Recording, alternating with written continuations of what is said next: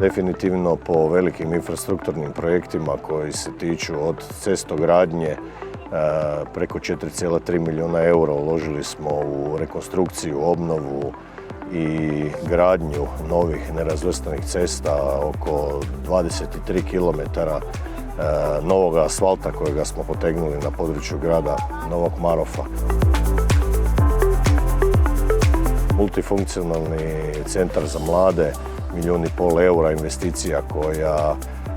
je promijenila praktički izgled u potpunosti zgrade stare škole i dala je potpuno jedan novi sadržaj za sadašnjost i budućnost. Upravna zgrada koja je na neki način dobila u potpunosti novi izgled i zasjala nad tim prostorom gdje u budućnosti krećemo i sa unutarnjim uređenjem, pa nakon toga i vanjskim uređenjem Trga hrvatskih državnosti i djelomičnim uređenjem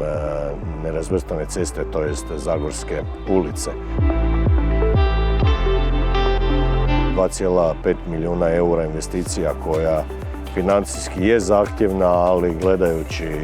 izdvajanja iz gradskog proračuna nije bila toliko zahtjevna, s obzirom da smo veliki dio financijskih sredstava